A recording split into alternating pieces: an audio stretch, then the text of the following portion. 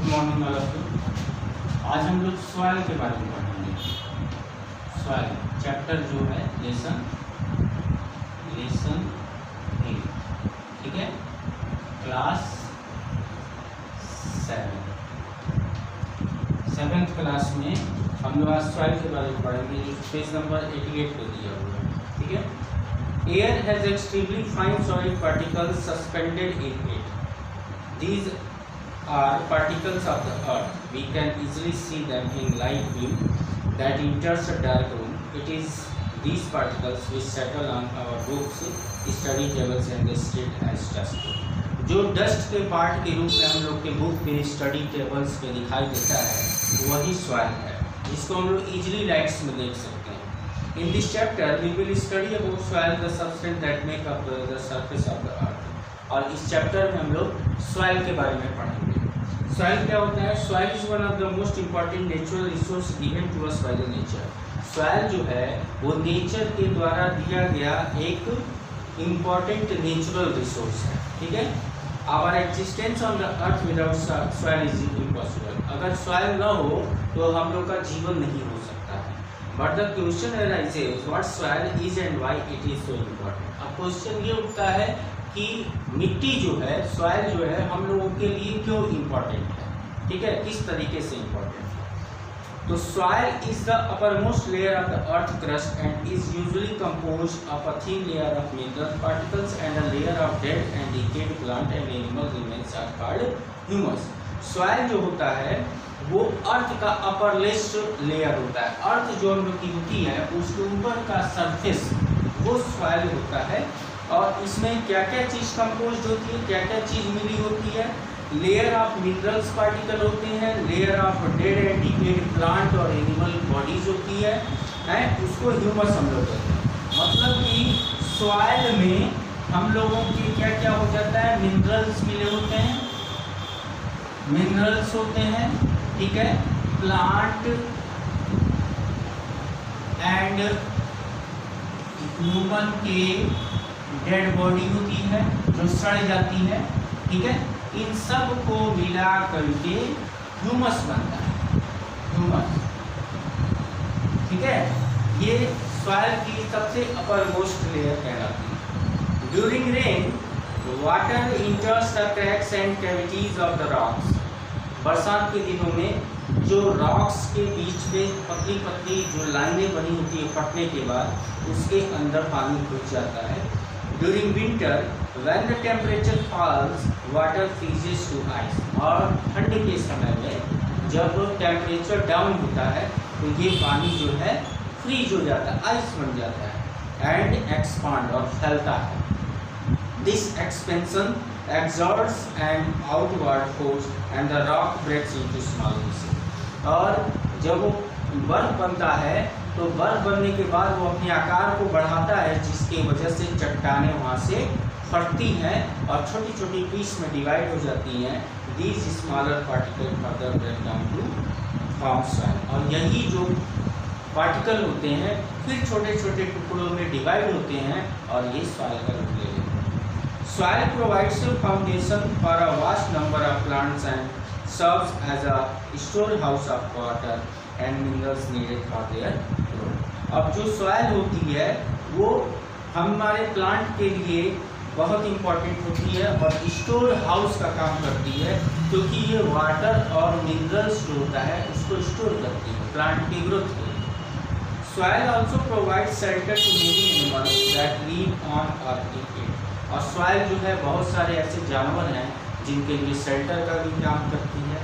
कुछ जानवर उसके अंदर रहते हैं, कुछ उसके ऊपर रहते हैं। Without soil there would be no grass, no crop, no tree and no food for us और फॉर अदर ग्रोथ। अगर सॉइल न हो, ठीक है, तो न तो हम लोग उसके ऊपर कोई क्रॉप का कल्टीवेशन कर सकते हैं, ठीक है, कोई घास नहीं उगेगी, ठीक, और कोई पेड़ नहीं उगेगा, जिससे हम लोग का जीवन असंभव है, ठीक है। सॉइल की स्टडी को हम लोग जो साइंटिस्ट सॉइल की स्टडी करते हैं उसको पेडोलॉजिस्ट बोलते हैं, और जिसमें सॉइल की स्टडी की जाती है उसको पेडोलॉजी बोलते हैं, ठीक है। फॉर्मेशन ऑफ सॉइल, सॉइल का फॉर्मेशन कैसे होता है, बनती कैसे है soil? Soil formation is a slow stepwise process and it takes thousands of year to form a layer of soil just a few centimetre thick. कुछ centimetre soil बनने के लिए हजारों वर्ष लगते हैं, ठीक है।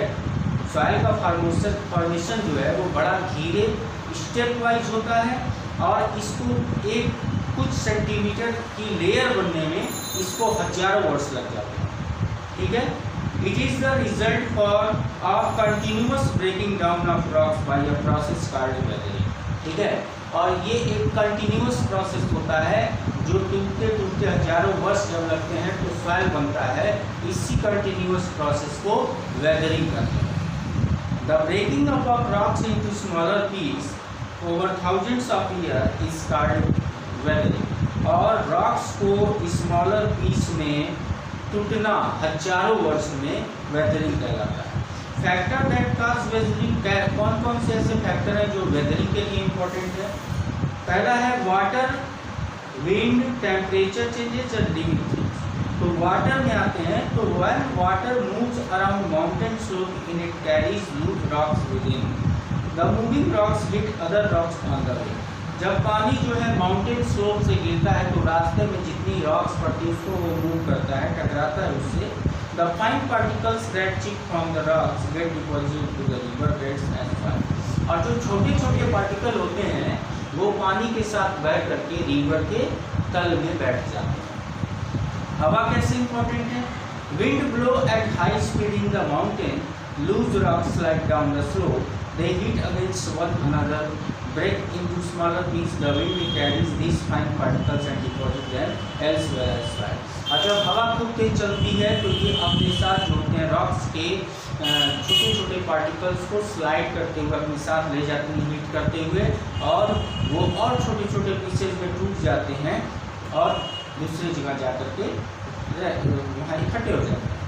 Temperature, large variation in the day and night temperature also leads to weathering of rock. और जो डे और नाइट का टेम्परेचर है ये भी वेदरिंग ऑफ रॉक्स के लिए जिम्मेदार है। Rocks expand during the day and contract during night. Rocks जो है वो हीट के वजह से एक्सपांड करती है दिन में और रात में ठंडी के वजह से एक्सट्रैक्ट करती है, सिकुड़ती है, ठीक है।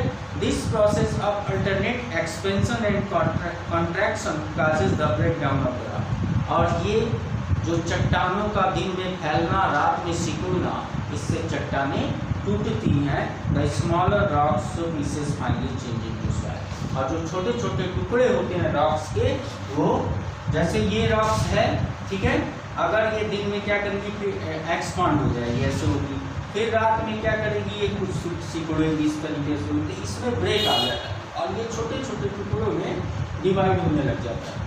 इसी को हम लोग बोलते हैं सॉइल। लिविंग थिंग्स कैसे रिस्पॉन्सिबल है? Roots of plant can help break rocks. जो प्लांट का रूट होता है वो रॉक को ब्रेक करने में हेल्प करता है। Sometimes soil gets trapped in the cracks of rocks.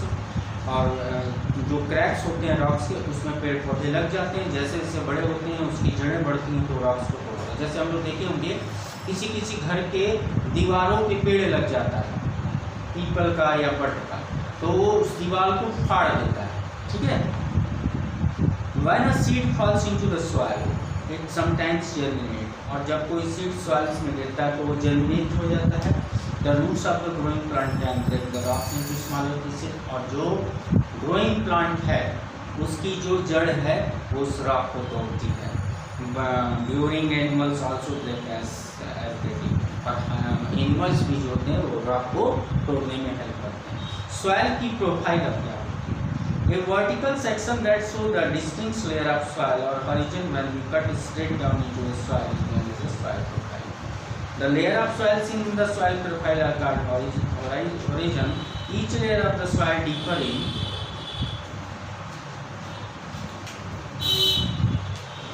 field, texture, color, depth and chemical composition।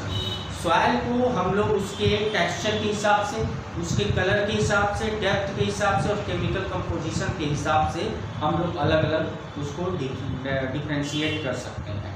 अब यहाँ पे एक फिगर आप लोग के बुक में दिया है जिसमें ए हॉरिजन टॉप सॉइल हो गया, बी हॉरिजन सब सॉइल, सी पेरेंट्स रॉक और डी जो है वो बेड रॉक हो गया। ठीक है, तो ये फिगर दिया हुआ है। अब इसके आगे जो है हम लोग कल पढ़ेंगे।